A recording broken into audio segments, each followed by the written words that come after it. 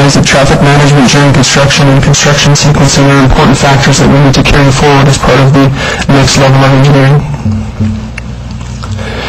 There are no river valley crossings with this corridor. Very little impact when it comes to the Parks River Valley Ravine system, and it does provide a direct connection to the McKinnon Ravine. In terms of the social environment, as much as possible, we've tried to maximize the use of the existing right-of-way, providing a service to more neighborhoods and activity centers along the corridor, and using this urban-style low-floor technology. It does integrate well, we feel, into mature neighborhoods and provides the benefit of not only commercial areas but the mature neighborhoods as well. It does have a traffic calming initiative behind it, and it does provide a good connection to post-secondary institutions. I mentioned earlier there's no river valley crossing with this corridor, no stream crossings, and we are going through an urban area, so the degree of impact has already been established in terms of the natural environment, and like all LRT lines, it's a beneficial component to the natural environment in terms of emission reduction.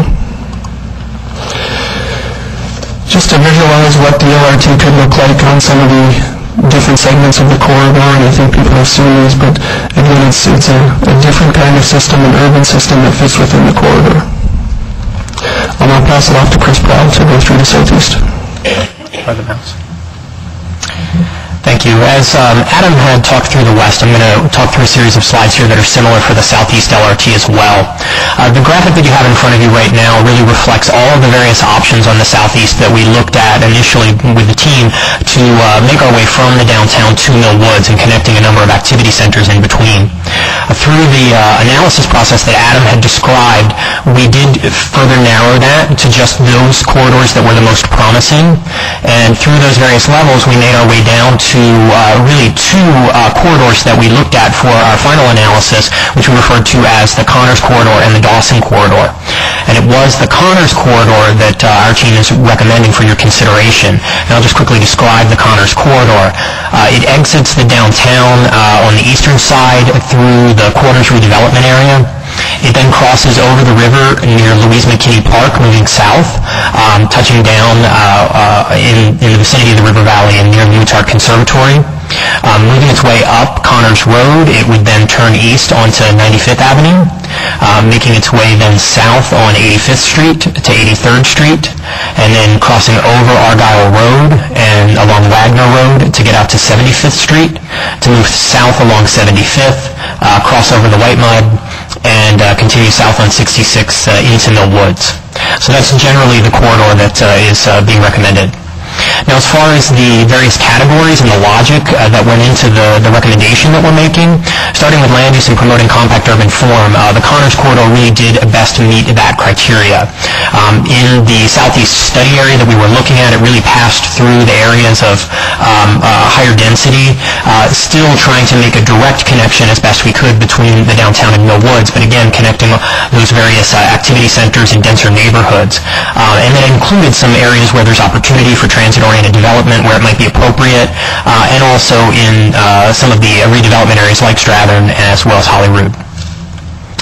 As far as movement of goods and people is concerned, this corridor, the Connors Corridor, does provide the most direct connection. If you simply look at it on the map of all of the corridors we looked at, it is the most direct connection between the downtown and Mill Woods, and still balances with a connection to a variety of different activity centers and established neighborhoods in between.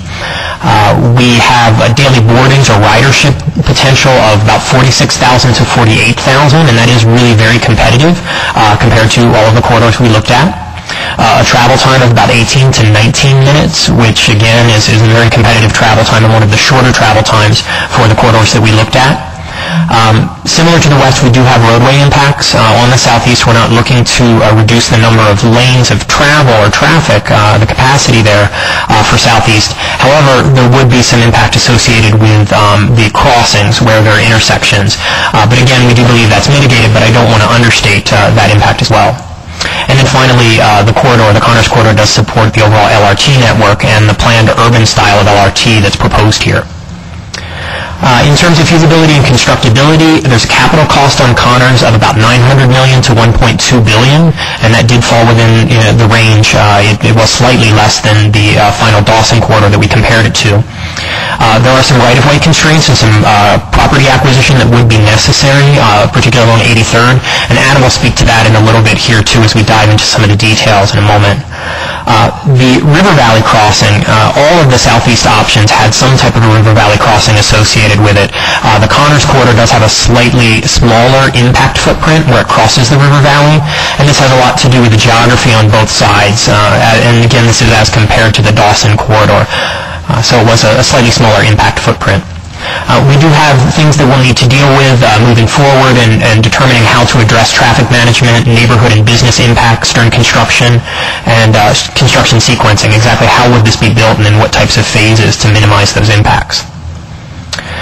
Parks River Valley and Ravine System, this goes back really to that impact footprint, and the Connors corridor did have a slightly smaller impact footprint as compared to the Dawson corridor, so there is a slightly less impact to the River Valley area. Now the benefit for Connors also though is that it does provide access to the River Valley. There's a proposed station near the Muntart Conservatory.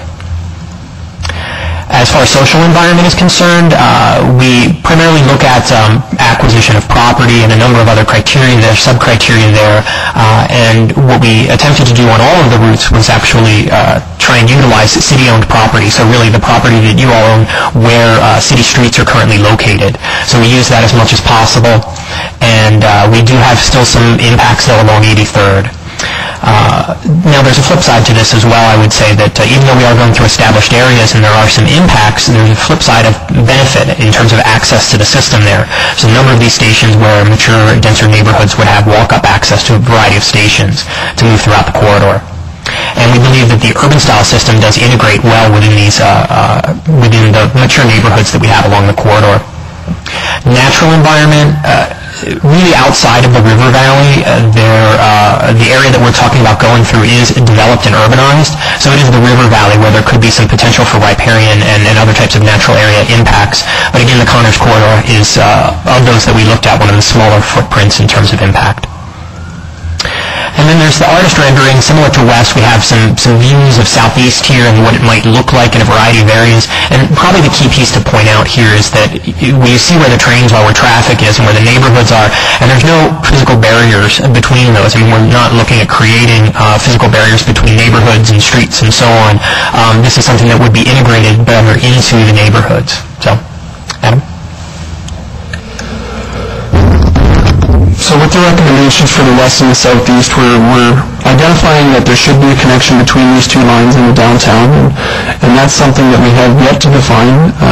That's something that is going to be defined as part of the Capital City Downtown Plan with planning and development, so we'll be working in concert with them again. In addition to that, we have identified that this isn't a complete system, so we need to provide something supplemental, and that supplemental service is the premium transit that we've identified in the west and the southeast. In the west, we've identified a premium service that would traverse from Lewis Estates along 87th Avenue to 170th Street, south onto White Mud across the Quesnel Bridge and on the Fox Drive, serving the South Campus Station.